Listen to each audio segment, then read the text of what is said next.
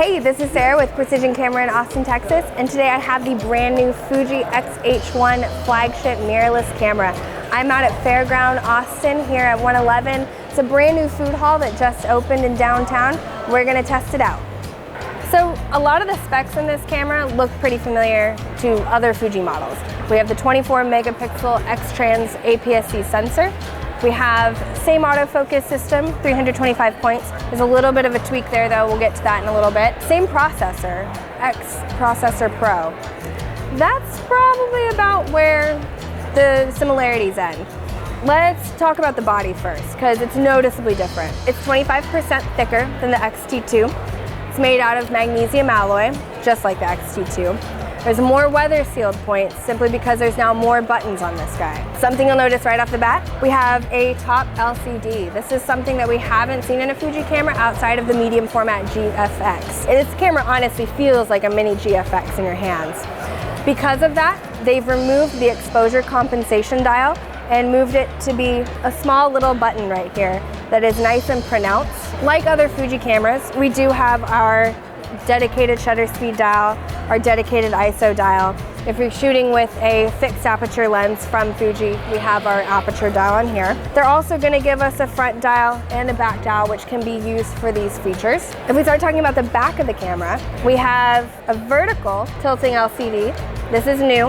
It also flips out traditionally, like how we see on the XT2. It's also a touch screen, which we've seen on the X20, the XE3. The buttons are a bit more pronounced, which again, I think is great just because you can really kind of tell when you're hitting them. You'll notice this guy does have a grip on it.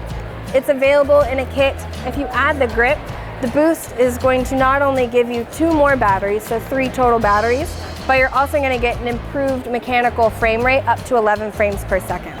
On the right side, we do have 2 card slots. On the left side, we have our mic in. Fuji has said that they have increased the quality of the microphone on this, which is awesome news. One thing I will say that I find very interesting is the fact that there is no headphone port on the camera itself. You have to put the grip on it, which is great. A lot of people are probably going to use that. Extended battery life, etc., extended time in shooting 4K. If I didn't want to have this whole big bulk, it would have been nice to see the headphone jack on the body itself. The big thing about this camera that has everyone excited is in-body stabilization is finally in the Fuji family, hence the bigger size. Did you know that there are 10,000 movements a second happening to compensate handshake with this camera? And this brings 5.5 stops of stabilization to whatever you put on here. The X-H1 does have Wi-Fi, as do most cameras these days. It also comes with Bluetooth. This is becoming a preferred way of connectivity for some photographers. Something I really like on this camera that is brand new is when you're shooting, you know how you normally have continuous low or continuous high frame rate. They've given us continuous medium frame rate. The reason for that is they've identified 6 frames per second as being the sweet spot. It's the least blackout time in the viewfinder. It's also when the autofocus is going to perform the absolute best in continuous tracking while shooting high frame rate. This camera also has a completely redesigned shutter mechanism. It has a feather lightweight shutter. It's very sensitive to the touch, which is a good thing. It's very reactive when you want to get that exact moment. They've also tweaked the autofocus system. This is the same 325 autofocus point system that we find in a handful of their other mirrorless cameras. However, it's now a bit better in low light, a stop and a half to be exact. You can now focus down to -1 EV, whereas in previous models it was only to 0.5. Fuji is clearly going after the videographers with this camera. Not only is in-body stabilization very important for these cameras, we've seen these be a huge success. They've included DCI 4K, which we only find in a handful of other cameras on the market. Most are going to be shooting UHD 4K, which is 16:9. DCI 4K is 17:9. You can get about 15 minutes of record time if you don't have the grip. You can get a bit more if you add the grip. Something brand new in this camera that we haven't seen before yet in a Fuji camera is F-Log. So similar to S-Log or V-Log that we find in other systems, this is a very flat filming profile that's ideal for grading. But in addition to that, they also have included a brand new film emulation. So I love Fuji cameras, and I personally shoot these guys in JPEG because I think the image quality that comes out of these are just absolutely phenomenal, and a lot of that has to do with the film simulation. They've included a brand new film simulation called Eterna, which is based on an old film stock, a cinema film stock from Fuji that is now discontinued. You can shoot up to 200 megabits per second with this guy, but it is just 420 8-bit internal. This guy also does 120 frames per second in 1080, which is just nice to see HD slow motion. We're gonna test that out here. So something that's really cool about having in-body stabilization means that I can slow my shutter speed way down. Right now, I'm gonna make portraits at 1/10 of a second, which normally I would not be able to do.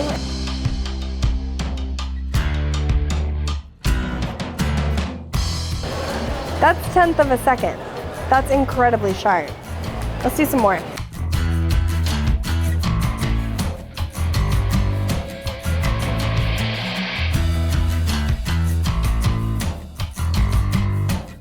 So we've been playing around with slowing the shutter speed way down, and now we're gonna do the exact opposite. When you add the grip to this camera, 8 frames per second can hop up to 11 frames per second with the mechanical shutter. So we're gonna try that out.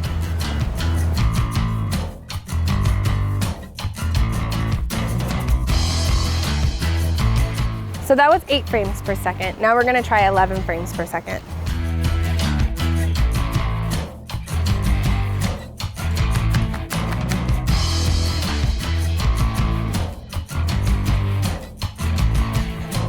If you put the camera in electronic shutter, you can shoot this guy up to 14 frames per second. Will you spin for me? Yes. I'll let you know when ready. 1, 2, 3.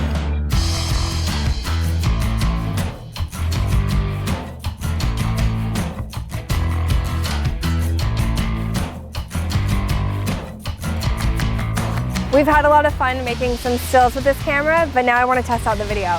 First, I want to try 120 frames per second in HD. I'm also going to shoot this in f-log so we can show how you can grade it.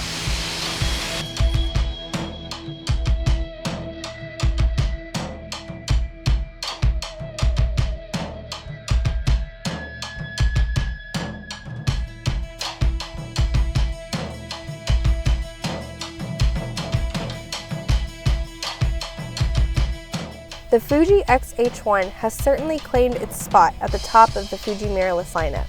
New video enhancements and in-body stabilization, plus a handful of new upgrades to already loved features, make this an incredible camera option to start off 2018. Thanks for joining us at Fareground Austin. We hope to see you at the store soon.